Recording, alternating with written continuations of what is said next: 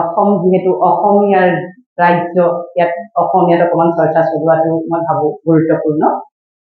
তো কথাটো হৈছে যে কিয় আমাৰ প্ৰাপ্তিটো হোৱা নাই, প্ৰাপ্তিটো কোনখিনিতে কমি আছে। আমিতো সকলো বাবাৰ সন্তান, সময়ত উঠিছোঁ, অমৃত বেলা কৰিছোঁ, জ্ঞানমূলক ক্লাছত আহিছোঁ, শুনিছোঁ, পঢ়িছোঁ, ভোগ লগাইছোঁ, ৰাতি সন্ধিয়া নুমাচান কৰিছোঁ, ৰাতি তামিল লিখিছোঁ, তথাপিতো মই একো প্ৰাপ্তি হোৱা নাই। ক'ত গণ্ডগোলটো হৈ আছে আমাৰ, ৰাইট ন? যে গণ্ডগোল ক'তো নহয়, আচলতে যিটো পূৰ্ণ সমৰ্পণ, 100% সমৰ্পণ। 100% সমৰ্পণ মানে কি? মাতাই ক'ব 100% সমৰ্পণ মানে কি মাতাজি?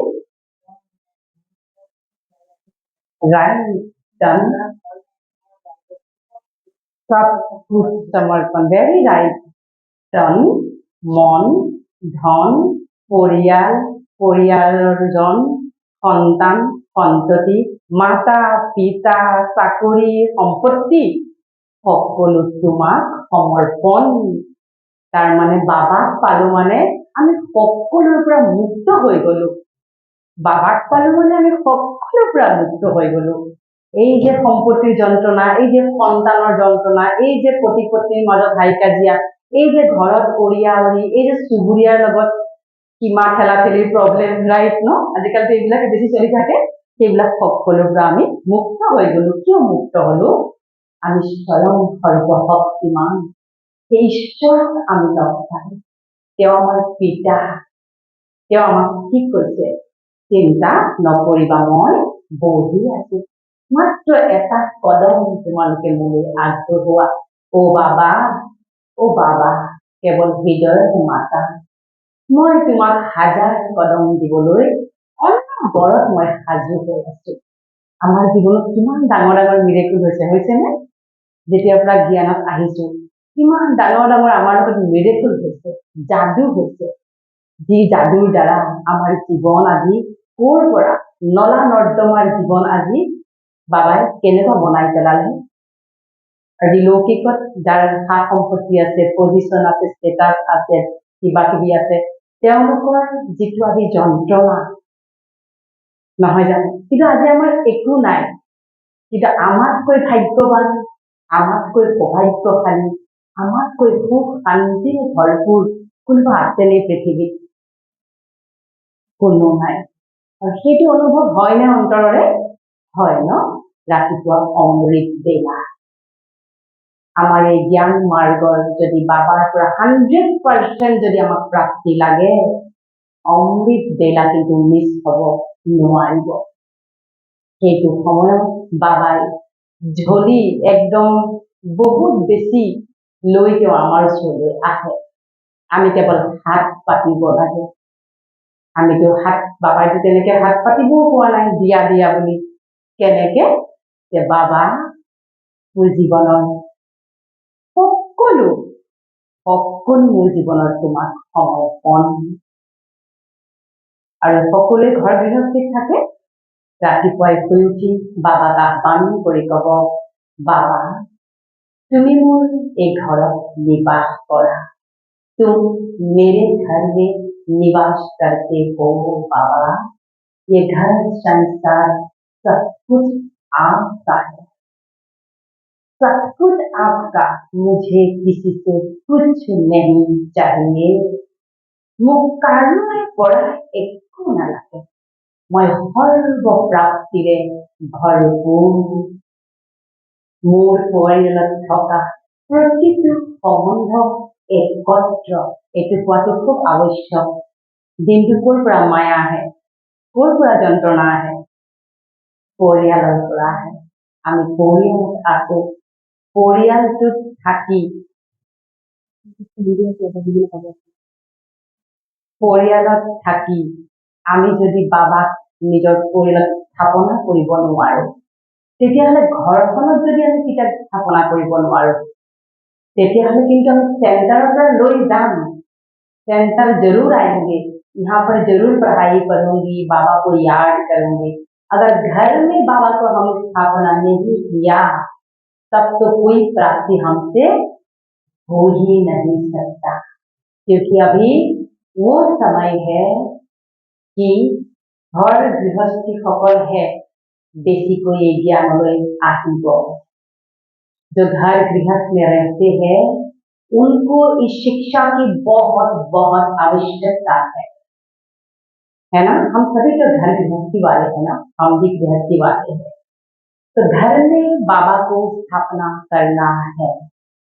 सुबह अमृत बेला मेरा ये घर संसार पोता पोती मेरा बच्चे बाल बच्चे सब कुछ आपका है बाबा, ये आपका ही घर है, मैं आपके घर में रहने वाली आपकी फरिश्ता हूँ। इस घर में जो भी जंजाल आएगा जो भी प्रॉब्लम आएगा सब आपके ऊपर है बाबा, आप उसको सेटल कर लेंगे, है ना। तो बाबा को इतना तक सोचना पड़ेगा। रातिपुৱা শুই উঠি অমৃত বেলা ঘৰখনৰ বায়ুমণ্ডলটো আমি বনাব লাগে যে ইয়াত নিৰাকাৰ পৰম পিতা পৰমাত্মা আমাৰ মৰমৰ বাবাই পৰম ধামৰ পৰা মোৰ ঘৰত অৱতৰিত হৈছে। ইমাজিন কৰিব লাগে, কল্পনা কৰিব লাগে যে বাবা परम धाम से उतरकर मेरे घर में प्रवेश हो रहा है। যেতিয়া বাবাই আমাৰ ঘৰত প্ৰৱেশ কৰিব, সেয়া তীৰ্থস্থান মঠ নহয় জানো, মঠ মন্দিৰ তীৰ্থস্থান নামঘৰলৈ ৰূপান্তৰ হ'ব। আৰু আমি গৈ আৰু তেতিয়া মন্দিৰে মছজিদে গৈ পেলাই প্ৰসাদৰ কাৰণে ধূপ ধূনা চাকি জ্বলাবৰ কাৰণে আমি আৰু লাইন পাতিব নালাগে। আমাৰ ঘৰখন সৰ্বপ্ৰথমে প্ৰত্যেকগৰাকী মাতৃয়ে ঘৰখনক প্ৰথমতে তীৰ্থস্থানলৈ ৰূপান্তৰ কিন্তু কৰিব পাৰিব লাগিব। बाबा का स्थापना কৰিব লাগিব। তাৰ পিছতে बाबा मैं तुम्हारी श्रेष्ठ संतान हूँ, भले ना हो लेकिन हूँ, मैं होने की प्रोसेस में हूँ, হয়নে? আমি হোৱাৰ প্ৰচেছত আছো, হলেও হওঁ নহলেও নাই, কিন্তু বাবা মই তোমাৰ শ্ৰেষ্ঠ মহাৰথী সন্তান, যি কম সেয়াই হম। অমৃত বেলাত বাবাই প্ৰত্যক্ষভাৱে 100% ভাইব্ৰেশন আমাৰ দি থাকে, যি কম সেয়া 21 দিনৰ পিছত আমাৰ ব্যক্তিত্ব আমাৰ স্বভাৱ চৰিত্ৰ হবলৈ আৰম্ভ হ'ব। সেইবাবে অমৃত বেলা নিজৰ 7টা মৌলিক গুণক 100% এষ্টাব্লিছ কৰি ল'ব পাৰিব লাগিব। বাবা মই শান্ত স্বৰূপ, শান্তি মোৰ স্বধৰ্ম, শান্তি মোৰ জনমসিদ্ধ অধিকাৰ, মই স্থিৰ, মই শান্ত, মোৰ পৰিয়ালত থকা প্ৰতিটো আত্মা শান্ত স্থিৰ। কাৰণ নিজে শান্ত হলে হ'ব জানো? পৰিয়ালৰ সকলোকে ভাইব্ৰেশন দিয়াটো আমাৰ 1 নম্বৰ দায়িত্ব। কাৰণ আমি পৰিয়ালৰ মাজত চলিব লাগিব, অকলশৰে আমি চলিব নোৱাৰো। মোৰ পৰিয়ালত থকা প্ৰতিটো সন্তান শান্ত, শান্তি মোৰ জনম সিদ্ধ অধিকাৰ। मैं शांत हूँ, मैं स्थिर हूँ, मेरे घर में रहने वाले हर आत्मा शांत है, स्थिर है। वाइब्रेशन नेक्स्ट, मैं ज्ञान स्वरूप आत्मा, मैं ज्ञान स्वरूप हूँ, ज्ञान मेरी स्वधर्म, ज्ञान मेरा जन्म सिद्ध अधिकार है। मैं ज्ञानी, मैं যোগী, মই এই সংসাৰত যোন যেনেকুৱাই তাক তেনেকেই গ্ৰহণ কৰোঁ। সকলো বাবাৰ সন্তান, মই সকলোকে পূৰ্ণ সহযোগ কৰোঁ। মোক সকলোৱে সহযোগ কৰে, লাগিলে নকৰক কোনোবাই, কিন্তু মোক সকলোৱে সহযোগ কৰে। মোৰ পৰিয়ালত থকা মোৰ প্ৰতিটো সম্বন্ধ একত্ৰ ডিভাইন দিব্য স্বৰূপ। নেক্সট, মই সুখ আৰু আনন্দ স্বৰূপ। আমাৰ মেইন পংখ হয় এটা নহয় জানো? সুখ আৰু আনন্দ নাথাকিলে উৰিব নোৱাৰিম। বাকী কেইটা গুণ থাকিলেও যদি সুখ আৰু আনন্দ নাথাকে আমি উৰিব নোৱাৰিম, ফৰিষ্টা হ'ব নোৱাৰিম, হয়নে? মই আনন্দ আৰু সুখ স্বৰূপ। মোৰ আনন্দ আৰু সুখ কাৰোৰ ওপৰত নিৰ্ভৰশীল নহয়, ভেৰি ইম্পৰ্টেণ্ট, এইটো ক'ব লাগিব। কিন্তু নহ'লে দিনটো আমি কি কৰোঁ, এই অমুকে তমুক কৰিলে কাৰণে মোৰ মন বেয়া হ'ল, এই ইয়াৰ কাৰণে মোৰ শান্তি নাই, তাৰ কাৰণে মোৰ সুখ নোহোৱা হৈছে, ইত্যাদি কথাৰে আমি দিনটো কিবা কিবি কৈ থাকোঁ। মোৰ সুখ শান্তি কাৰোৰে ওপৰত নিৰ্ভৰশীল নহয়। মই সুখ শান্তিৰ সাগৰ, নিৰাকাৰ পৰম পিতা পৰমাত্মা বাবাৰ সন্তান। মোক কাৰোৰে পৰা একো নালাগে, এইকেইটা এফাৰ্মেশ্যন ৰাতিপুৱা কোৱাটো খুব দৰকাৰ। মোক কাৰোৰে পৰা একো নালাগে, মই সৰ্বপ্ৰাপ্তিৰে ভৰপূৰ আত্মা, মই পৰম পবিত্ৰ আত্মা। খুব ইম্পৰ্টেণ্ট দেই। যিমান বাবাৰ কাষ চাপিবলৈ যদি মন আছে, তেন্তে কিন্তু নিজৰ মন বুদ্ধি ক্ৰিষ্টেল ক্লিয়াৰ কৰিব লাগিব। আমাৰ আত্মাতহে বাবাই নিবাস কৰিব, নহয় জানো? আমি আত্মাৰ দ্বাৰাহে বাবাৰ লগত কানেক্ট হ'ম। যদি আত্মাত অকণমানো ক'ৰবাত দাগ থাকে, কিন্তু বাবাই হয়নে 100% আমি প্ৰাপ্তি নাপাম।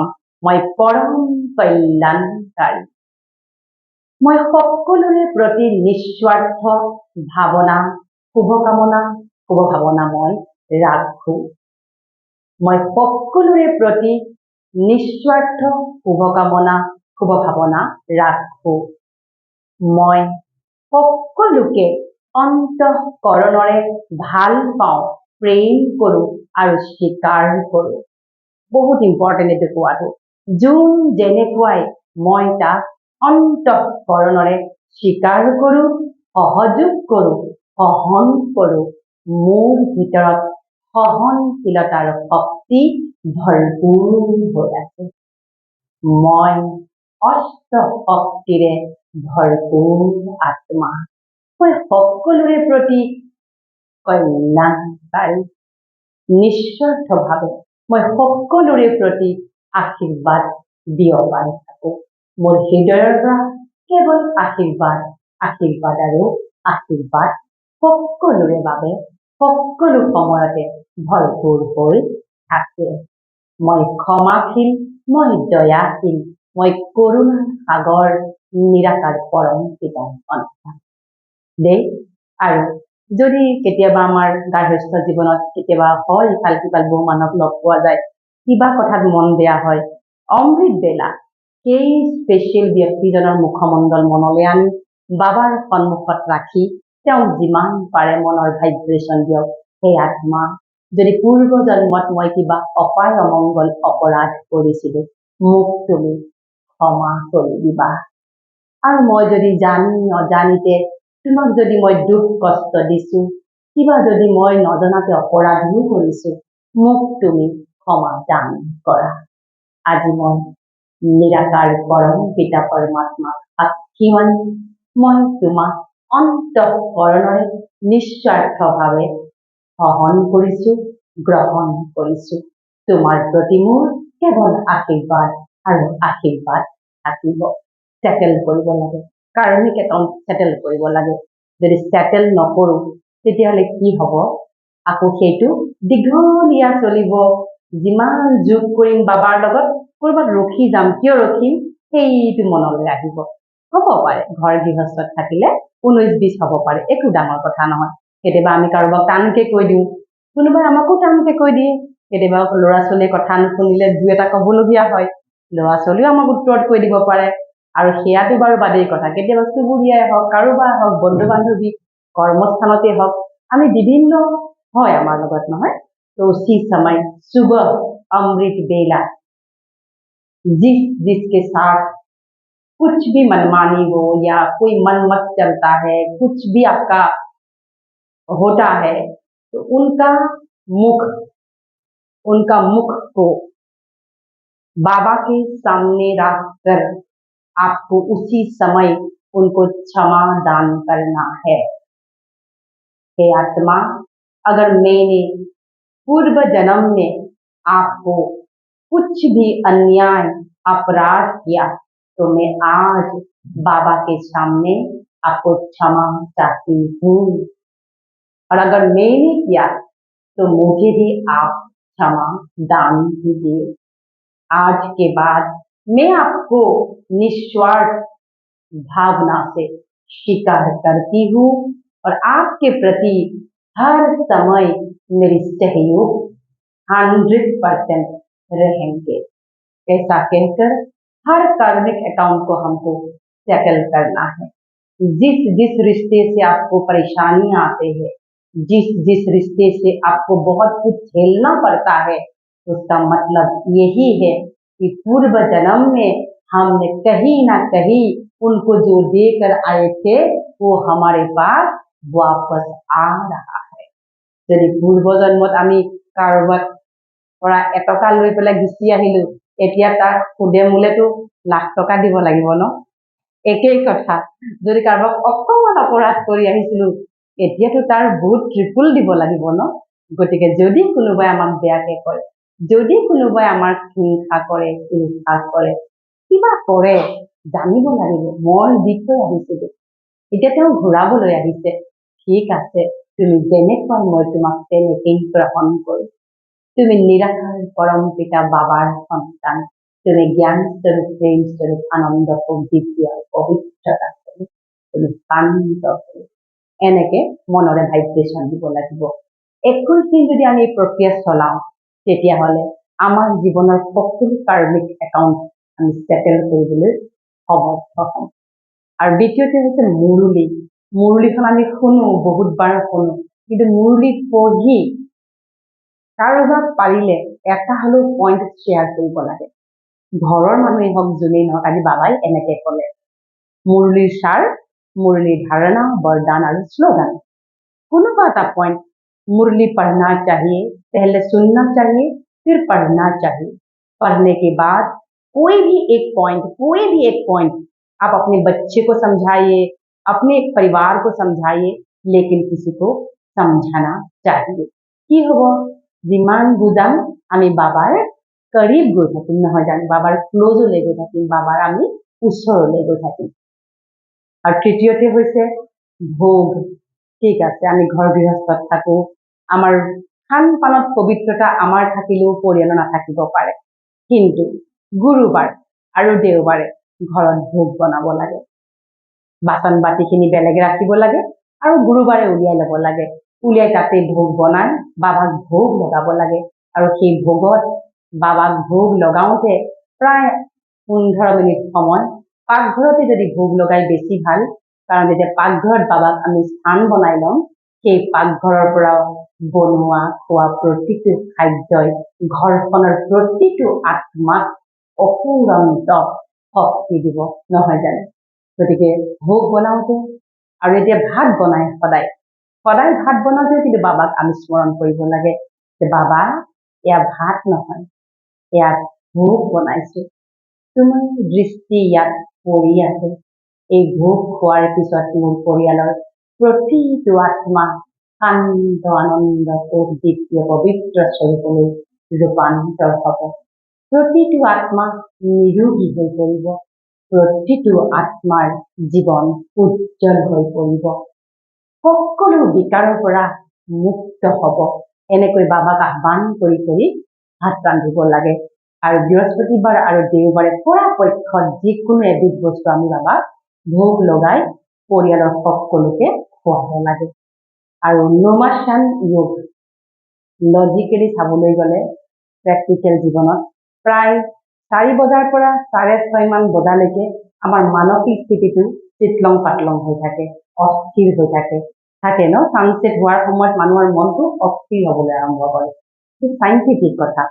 সেই সময়তে আমি কিয় নোমাচান কৰোঁ, আমি 4:30 পৰাই কিয় নোমাচান আৰম্ভ কৰোঁ, তাৰ মানে যি সময়ত মনে ডাইভাৰ্ট হ'বলৈ আৰম্ভ কৰে, সেই সময়তে বাবাক আমি সমৰ্পণ কৰি দিব লাগে। নোমাচান সময় কৰ্মস্থলীত আছে, অফিচত আছে, বজাৰত আছে, ক'ৰবাত আছে, কিন্তু বাবাক 10 মিনিটৰ কাৰণে হ'লেও আমি কিন্তু নিজকে সমৰ্পণ কৰিব লাগে। বাবা, সেইটো সময়ত কেৱল বাবা আৰু মই। বাবা আকাশ মাৰ্গত বিৰাজমান হৈ আছে, বাবাই দুবাহু মেলি আমাক মাতিছে, এনেকুৱা ধৰণৰ ইমাজিন কৰিব লাগে। আৰু আমি কেৱল বাবাৰ লগত সেই সম্পৰ্কটো, সেই সময়ত কেৱল বাবা আৰু মোৰ মাজত যেন একো নাথাকে, সেইটো আমি কৰিব লাগে। আৰু ৰাতি পৰ্টামেল বুলি যিটো আমি কওঁ, পৰ্টামেল মানে শোৱাৰ সময়ত আমি খোৱাৰ সময়ত কিন্তু এনেই শুই যাব নালাগে। খোৱাৰ 10 মিনিটৰ আগত যদি ঘৰত বাবাৰ ফটো আছে তো ভাল কথা, নহলেও কৰবাত ৰিলেক্স হৈ বহি দিনটোত কি কৰিলো, কাৰোবাক নকবলগীয়া কলো নেকি, কাৰোবাক মোৰ ফালৰ পৰা স্বদৰ্শন কোটামেল মানে কি, বাবাই কৈছে স্বদৰ্শন কৰা, দিনটোত কি কৰিলা, ৰাতিপুৱাৰ পৰা লৈ ৰাতিয়ালৈকে কাৰোবাক দুখ দিলো নেকি, কাৰোবাক নেগেটিভ কথা কলো নেকি, বা মই নজনাকেও কিবা কাৰোবাৰ প্ৰতি নেগেটিভ ভাৱনা আহিছিল নেকি, কোনো নজনাকৈ, বা কিবা মোৰ মনত বিকৰ্ম চলিছিল নেকি, ইত্যাদিবোৰ নিজে নিজক দৰ্শন কৰি লাহে লাহে এপদকে বাবাক আমি সমৰ্পণ কৰি দিব লাগে। বাবা, এইটো বিকৰ্ম মোৰ আহিছিল, বাবা মোৰ মনে এইখিনি প্লেনিং কৰিছিল, বাবা মই তোমাক স্বাহা কৰিছো, বাবা এই সমস্ত বিকাৰ মই তোমাক স্বাহা কৰিছো। আৰু নেক্সট পুৰুষাৰ্থ মানে কি, যিটো বিকাৰ আহিল, যিটো কৰিলো, সেইটো যে নেক্সট দিনাখন ৰিপিট নহয়, তাৰ প্ৰতি অলপ আমি এলাৰ্ট হ'ব লাগে। কেতিয়াবা আমি কি কৰো, দিনটো এনেকুৱা কিছুমান কাম কৰো, ৰাতি বাবাক চৰি কওঁ আৰু পিছদিনাখন কিন্তু সেইটোৱে ৰিপিট কৰো। সেইটো হলে আমি তীব্ৰ পুৰুষাৰ্থী হ'ব নোৱাৰিম, আমি সত্য যুগলৈ ইমান সোনকালে যাব নোৱাৰিম, নহয় জানো? বাবাই কি কৈছে, পুৰুষাৰ্থ মানে কি, তুমি যিটো ভুল কৰিলা আজি আৰু যে কাইলৈ ৰিপিট নহয়, সেইটোৰ প্ৰতি তুমি এলাৰ্ট থাকা। আৰু ৰিপিট আমাৰ এনেও নহব যদিহে আমি বাবাক 100% সমৰ্থন কৰি দিওঁ। গতিকে এইখিনি হৈছে আমাৰ স্বাভাৱিক দিনচৰ্যা, ৰাতিপুৱাৰ পৰা সন্ধিয়ালৈকে। ৰাতি বাবাক গুড নাইট কৰাৰ আগত নিজক স্বদৰ্শন কৰিব লাগে, কৰি বাবাক সকলো সমৰ্পণ কৰি দি আকৌ তেতিয়াহে আমাৰ অমৃত বেলাটো কি হব, পাতল হব, লাইট হব। অমৃত বেলাটো আমি উৰিব লাগে বাবাৰ ওচৰলৈ ফৰিষ্টা হৈ, নহয় জানো? গতিকে এইখিনি যদি আমি পালন কৰো, আমি বাবাৰ সন্তানসকলে আমাৰ দ্বাৰা, আৰু এতিয়াতো বাবাই সদায় মুৰলিত কৈ আছে, আপোনালোক সেই সৌভাগ্যশালী সন্তান যাৰ দ্বাৰা বাবাই সত্য যুগৰ নিৰ্মাণ কৰিব, সত্য যুগৰ ভেটি নিৰ্মাণ কৰি আছে, আপোনালোকেই কৰি আছে। 33 কোটিৰ ভিতৰত আপোনালোকো আহিব, আপোনালোকৰ দ্বাৰা এই স্বৰ্গ ৰাজ্য প্ৰতিষ্ঠা হব। কেনেকুৱা লাগে ভাবিলে? সেইবাবে নিজেতো জ্ঞান লৈছোৱে, কিন্তু বাবাই কি কয়, আপ সমান বনাও। দিনটোত যদি পাৰে 5 জনক হলেও বাবাৰ পৰিচয় দিয়ক। তেওঁ আহে নাহে তেওঁৰ ভাগ্য, তেওঁ শুনে নুশুনে তেওঁৰ ভাগ্য, আমাৰ কাম হৈছে কৈ যোৱা। আৰু যেতিয়াই বাবাৰ পৰিচয় দিয়া হয়, 1 ছেকেণ্ড সময় বাবাক মাতিব লাগে, আহ্বান কৰিব লাগে, বাবা মই এওঁক তোমাৰ পৰিচয় দিবলৈ বিচাৰিছো, তুমি আহা বাবা, তুমি দিয়া। কাৰণ কৰম কৰাবন হাৰ বাবা, নহয় জানো? আমি নিমিত্ত, আমাৰ কেৱল মুখে ব্যৱহাৰ কৰিব, কৰাংতা তেওঁ, আৰু আমাক সংকল্প দিওঁতাজনো তেওঁ।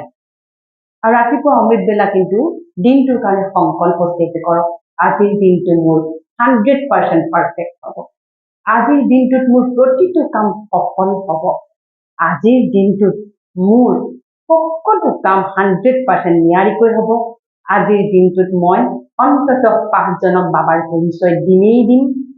ৰাতিপুৱাৰ সংকল্প, কাৰণ আপোনালোকে এতিয়া প্ৰজা বনাব লাগিব। যদি প্ৰজা বনাবলগীয়া হয়, এতিয়াৰ পৰা আৰম্ভ কৰিব লাগিব। 5 জনকৈ দিলেহে আমি প্ৰজা বনাব পাৰিম, নহয় জানো? আৰু আমি যি পাইছো, আমি আনক দিয়াটো 100% আমি আনক দিয়াটো উচিত। গতিকে ব্ৰহ্মা কুমাৰী শিক্ষা, ঘৰ গৃহস্থ সংসাৰত থাকিও আমি কেৱল এক বাবা, দ্বিতীয় কোনো নাই, সম্পূৰ্ণ তোমাৰ, মোৰ একো নাই, এক বাবা, সকলো তোমাৰ, মই তোমাৰ, তুমি মোৰ, মোক কাৰোৰে পৰা একো নালাগে, মোৰ এই পৃথিৱীত কোনো নাই, কেৱল তুমি মোৰ, মই তোমাৰ, বাকী বাবাই সকলো চলাই থাকিব। अच्छा, माता जी का कुछ प्रश्न है तो पूछिए आप कुछ पूछना चाहेंगे? अच्छा, हाँ, कुछ प्रश्न है तो आप पूछ सकते हैं। सहनशीलता, अच्छा, धैर्यता और सहनशीलता, तो आपका कोई प्रश्न नहीं है? अगर ধৈর্য আর সহনশীলতা আমার কি হয় অলংকার। ব্রাহ্মণ, আমি সঁচা অর্থাৎ ব্রাহ্মণ, বাবার সন্তান, আমাৰ অলংকাৰ হৈছে ধৈৰ্যতা আৰু সহনশীলতা।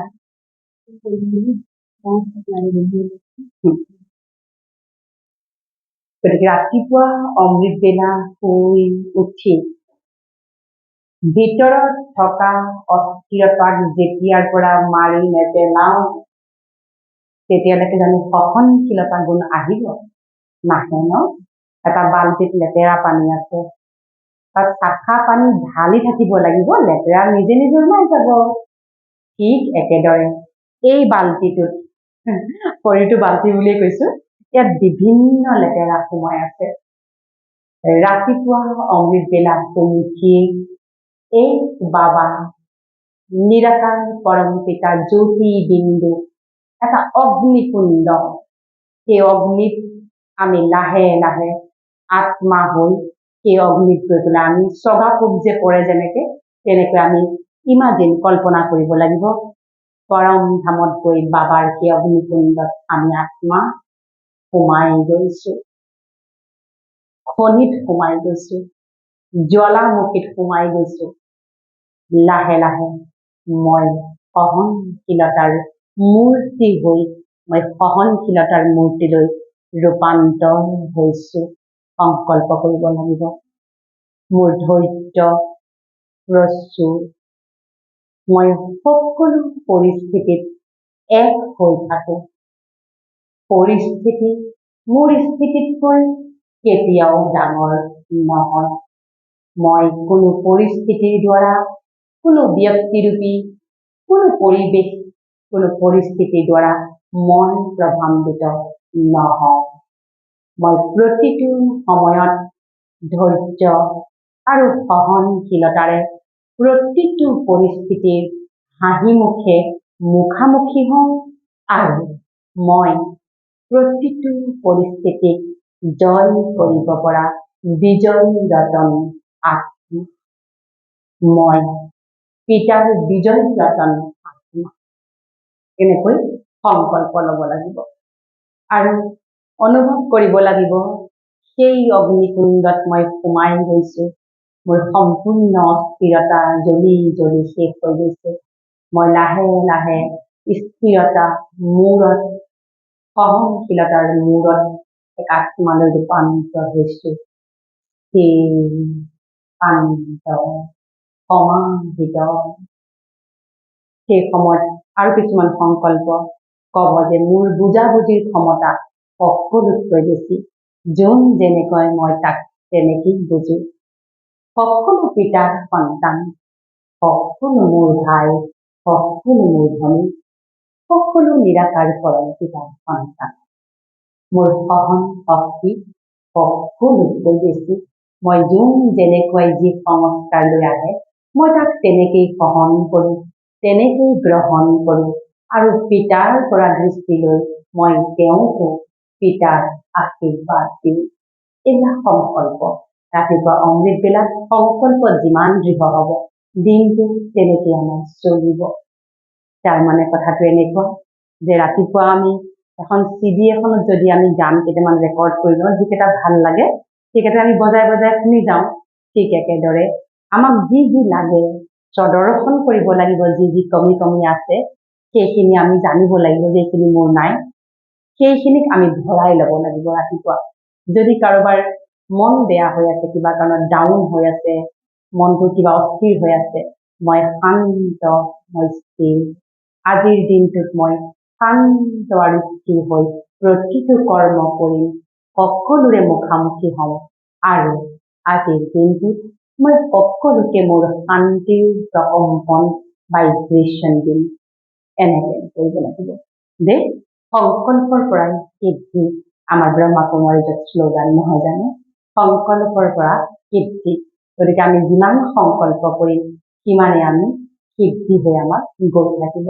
গতিকে 21 দিনত আপোনালোকে 21টা নতুন নতুন সংকল্প ল'ব পাৰে, কিন্তু এটা সংকল্প কিন্তু দিনে ৰাতিয়ে স্মৃতিত ৰাখিব লাগিব। সেইবাবে সংকল্প শক্তিতকৈ ডাঙৰ শক্তি আৰু পৃথিৱীত একো নাই। আজি আমি বাবাৰ লগত আছো, আমাৰ কি আছে? কেৱল সংকল্প শক্তি নহয় জানো? আমাৰ সেই অনুভৱ, আমাৰ সেই দিব্য আৰু ডিভাইন অনুভৱ, যি অনুভৱে আমাক বাবাৰ সমীপলৈ সকলো সময়তে লৈ গৈ থাকে, আমাক ওচৰত ৰাখে আৰু আমাক কল্পপ্ৰাপ্তিৰে ভৰপূৰ কৰি থাকে। হ'ব?